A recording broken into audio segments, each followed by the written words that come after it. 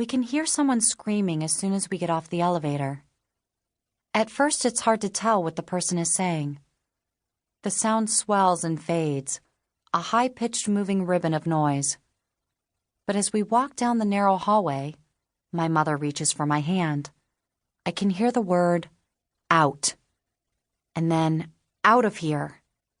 And then, let me out. We hang up our coats and lock my mother's purse and my father's keys in a metal locker. The screaming rises and falls. My mother glances at my father, and I can tell what she's thinking. We should have left Elena at home.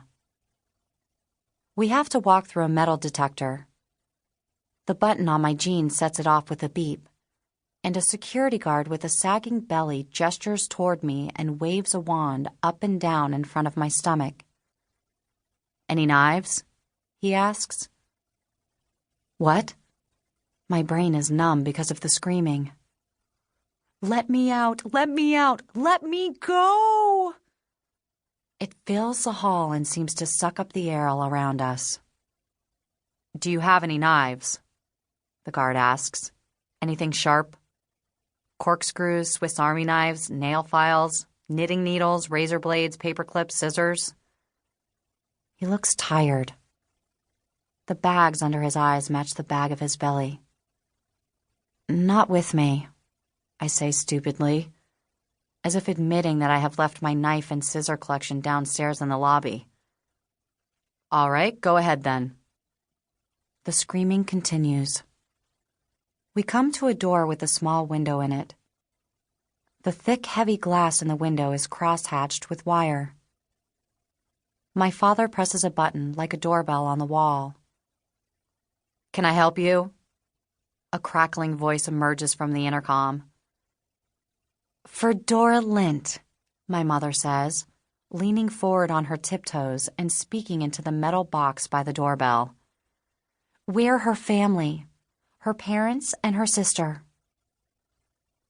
Through the narrow window in the door, I can see two men partly dragging and partly carrying a screaming person toward us.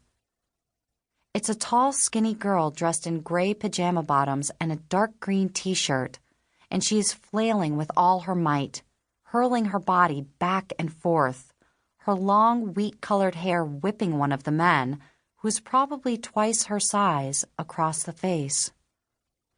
My mother and father and I all stare at her, as if watching some terrible new reality TV show. "Oh my God," my mother says. The screaming girl lifts her head and looks toward the window and meets my gaze. Her eyes are green and unfocused. Her face is a mask. "She almost looks like Dora," I say.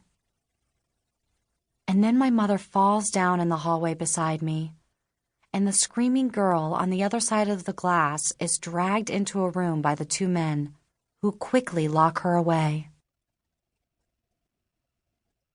Chapter 2. How did my sister fall through a hole in her life and into some other life below? I'm not sure how it happened.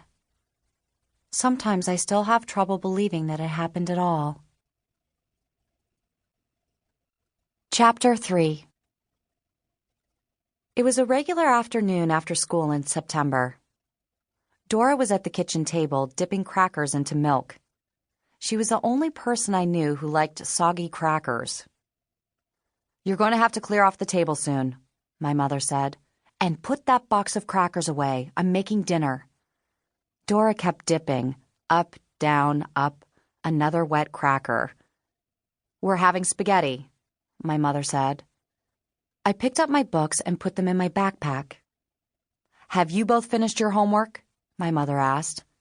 The school year had just started. I was in 9th grade and Dora was in 11th.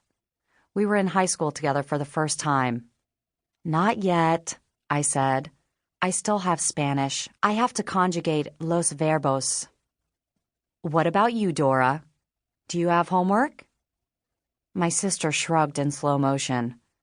She was almost 5'10" and bony. I used to tell her she looked like a praying mantis. Your grades weren't very good last year, my mother said. You have so much potential. You need to apply yourself and get organized. What did you do with that calendar I bought you? Like me, my mother was the sort of person who enjoyed making lists and then crossing things off them. Dora didn't answer. I had seen the calendar on the floor of her bedroom, most of the dates blacked out with pen. You'll want to start thinking about college soon, my mother said. Instead of moping around the house, you should join a club or go out for a... Don't, Dora said. She opened her fingers like a hinge and let go of the cracker, which slid to the bottom of her glass. My mother put a pot of water on the stove. I could tell she was getting annoyed, but was trying not to show it. Sometimes I wish I could get inside that head of yours and find out what you're thinking. She paused and looked more carefully at Dora. You haven't brushed your hair, she said. You used to keep your hair so neat. I wish I was dead, said Dora.